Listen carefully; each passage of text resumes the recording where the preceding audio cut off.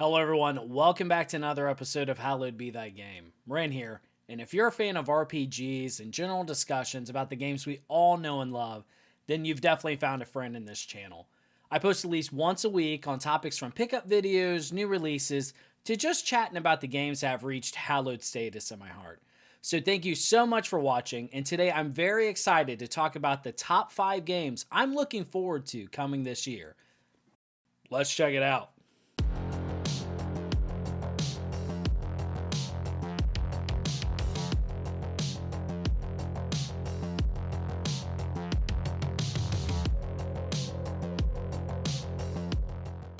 Number 5, Atelier Rizza II. Full disclosure, I actually have not yet found the time to play the first in this series. However, I'm most excited to be getting into the game at release. I have it pre-ordered, and I can avoid the insane price gouging that will inevitably take place when this game comes out. I've heard nothing but praise about the entire series, especially this most recent iteration of the Atelier series. However, it is on the agenda for this year, and I'm excited to see what all the excitement is about. I'm always a fan of RPGs that can fly under the radar, and even though it appears the Atelier franchise has garnered much more attention as of late, I do appreciate it as it has finally landed on my radar. Number 4, SMT Nocturne. This is an easy choice, as I just recently beat this game last year. I want to see this classic in all its HD goodness and experience what I can only imagine will be phenomenal voice acting. This game is so haunting and very good. The birthplace of the press turn battle system, and it holds up so well.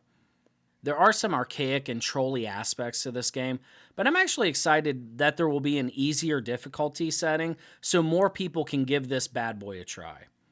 The game can definitely be brutal at times, and the hard mode of this game is something to behold. Luckily, the challenge will be there still for those who want to experience the pain all over again, but for the newer generation of fans, I'm excited that they'll be able to see this game as well. Very excited for this one. Number 3, Tales of Arise. This is a game that has had my interest peaked for quite some time. I just recently beat Tales of Vesperia and found it to be one of my favorite cast of characters in all of gaming. The combat has never done a massive amount for me in the past, but I always knew it had a passionate and dedicated fan base. I always respected that, and it was unique and well loved. I am excited, however, that Tales of Arise is taking a new approach to combat, and I'm excited to try it. It looks action-oriented and more free-roaming in nature. Having the freedom to move my character in the direction I want at will has me stoked, and I trust that the story will have that same Tales of polish. So ready to try this new entry to the series. Number 2, Persona 5 Strikers. I have made my insane love of the Persona series no secret on this channel. However, this entry plays more like a Musou game.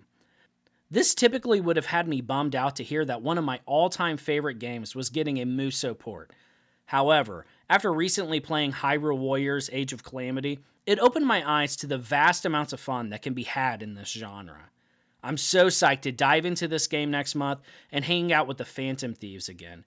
Unique story, killer soundtrack, and fun Musou combat. Gang, I'm ready. Before we get into number 1, I do want to share some honorable mentions. My honorable mentions are games that are not supposed to be released this year, but I'm hopeful that they could get released early or potentially get officially announced for 2021. Metroid Prime 4. This is a game that has just disappeared off of everyone's radar, and then the hype train is still trying to chug along. I'm really hopeful we'll get some definitive, concrete information about this year. And lastly, my final honorable mention is Breath of the Wild Part 2. This is a game that I absolutely am dying to see and play. I'm really hopeful that it'll come out later this year, but hey, let's just keep our fingers crossed and hope that Nintendo helps us out. Number 1, Shin Megami Tensei 5. Oh boy. The hype for this game is through the roof right now for me. I fell in love with the SMT games last year, and despite all the hate that SMT4 Apocalypse gets, I loved it. And even though 4 is a better game, I think this game will probably not be as brutally hard as the previous entries in the series. Part of me think that's why SMT Nocturne is being released this year as well. I think Shin Megami Tensei 5 will follow the difficulty trend set by Shin Megami Tensei 4 Apocalypse. Hopefully the final dungeon will not be as brutal in Apocalypse though. Jesus. I'm so psyched for some 3D Unreal Engine SMT fun. The main character definitely looks unique, and I'm excited to see how the game will play. Would love to get a release date soon and hopefully a gameplay trailer to get that hype train moving. But I have every faith that this game will meet whatever expectations that are set before it. Odin looks so sick, and I'm really hopeful that we may have caught a glimpse of the Demi-Fiend in the trailer, but that's hype for a much more dedicated lore discussion than I'm capable of. Well, guys, thank you so much for watching to the end of today's video. I had a lot of fun making this list, and I can't wait for all these games to come out. Let me know down in the comments what games you're looking forward to coming out this year. I can't wait to read about it. Like this video if you liked it, subscribe and hit that notification bell so we can keep hanging out again in the future. And until then, I'll see you guys next time.